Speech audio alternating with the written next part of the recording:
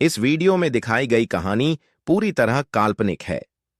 दोस्तों, आपने बहुत सी मर्डर और क्राइम की कहानियां सुनी होंगी, पर यह कुछ अलग तरीके से किया गया था।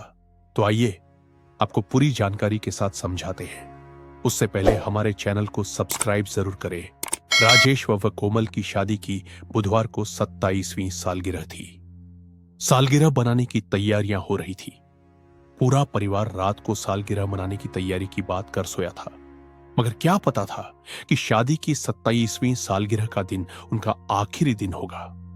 दक्षिण दिल्ली के देवली गांव में बेटे अर्जुन ने सेना से सेवानिवृत्त पिता राजेश कुमार 51, मां कोमल 46 और बहन कविता 23 की बुधवार सुबह नृशंस हत्या कर दी। बुधवार को ही माता पिता की 27वीं सालगिरह थी। डीयू से स्नातक कर रहे अर्जुन ने पिता के फौज वाले चाकू ट्रिगर से तीनों का गला रेत दिया। इसके बाद वह पुलिस व स्थानीय लोगों को गुमराह करने के लिए जिम चला गया। जिम से लौटने के बाद पड़ोसियों को सूचना दी।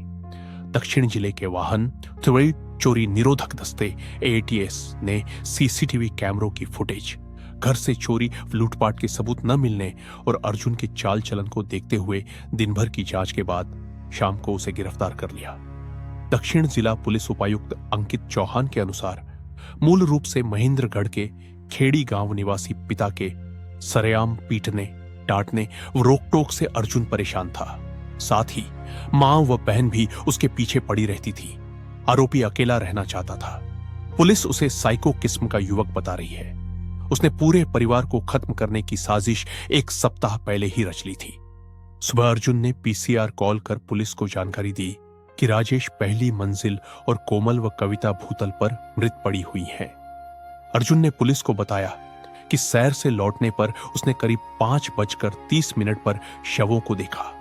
पूरे दिन की जांच के बाद पुलिस ने शाम को अर्जुन को गिरफ्तार कर लिया। पुलिस को शुरुआत से ही बेटे पर संदेह था। 2 मंजिला घर में राजेश 15 वर्षों से रह रहे थे।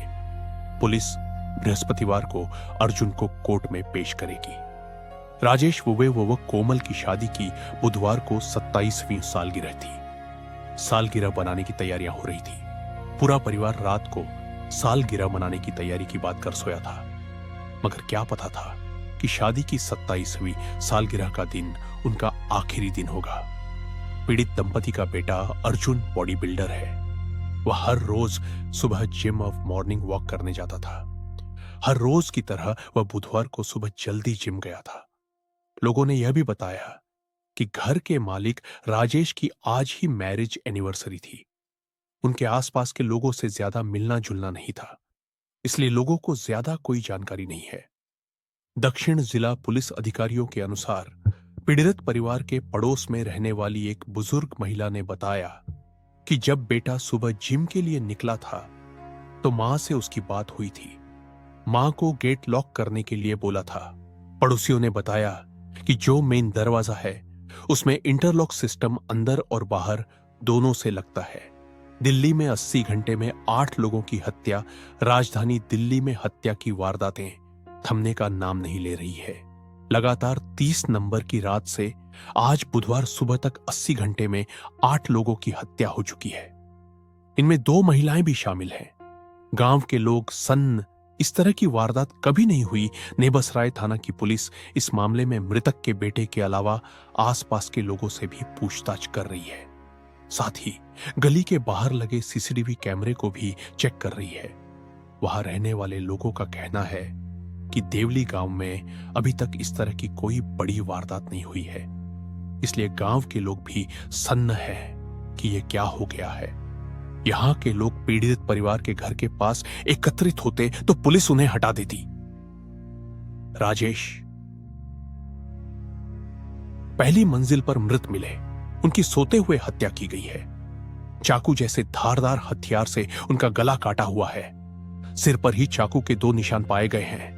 ऐसा लग रहा है कि उन्होंने हत्यारा का विरोध किया था। इसके अलावा उनके शरीर पर चाकू के कई वार के निशान मिले हैं। साउथ दिल्ली के नेबसराय के एक ही घर में 3 हत्याओं पर आपके राष्ट्रीय संयोजक अरविंद केजरीवाल ने एक्स पोस्ट कर कहा, यह हत्याकांड बेहद दर्दनाक और डराने वाला है। हर रोज दिल्ली वासियों की सुबह ऐसी ही डरावनी खबरों के साथ हो रही है। अपराधियों को खुली छूट मिली, मासूम जिंदगियां जा रही हैं। सुरक्षा की जिनकी जिम्मेदारी है वो लोग चुपचाप ये सब होते देख रहे हैं। देवली से आप विधायक प्रकाश जरवाल भी पीड़ित परिवार के घर गए और राजेश के बेटे से बात की। उन्होंने कहा कि यह बहुत दुर्भाग्यपूर्ण घटना है। उनके बेटे ने मुझसे पूछा कि अब मैं किसके लिए जीऊंगा। जरवाल ने बताया कि किसी ने घर में घुसकर पीड़ितों की गर्दन पर चाकू से वार किए हैं। उन्होंने कहा कि दिल्ली में हत्याएं रोजाना की बात हो गई है। सेवानिवृत्त सेना अधिकारी राजेश मूल रूप से हरियाणा के महेंद्रगढ़ के गांव खेड़ी के रहने वाले थे। वह 30 साल से देवली गांव में चौपाल के पास रहते थे। बेटा घर से करीब 20 मीटर दूर जिम के बाहर गया। उसने जिम संचालक को सूचना दी। जिम से कई युवक अर्जुन के साथ उसके घर पहुंचे। राजेश के गले पर चुन्नी लिपटी हुई थी, जबकि कोमल कविता का शव कंबल से ढका हुआ था। तिहरे हत्याकांड की सूचना मिलते ही विशेष पुलिस आला अधिकारी के साथ फोरेंसिक की टीम भी मौके पर पहुंची।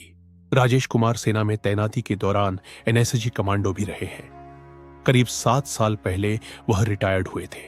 फिलहाल सैनिक फार्म में एक उद्योगपति के पीएसओ थे। उनकी बेटी कविता जूडो में ब्लैक बेल्ट है। वह सिविल सर्विस की भी तैयारी कर रही थी।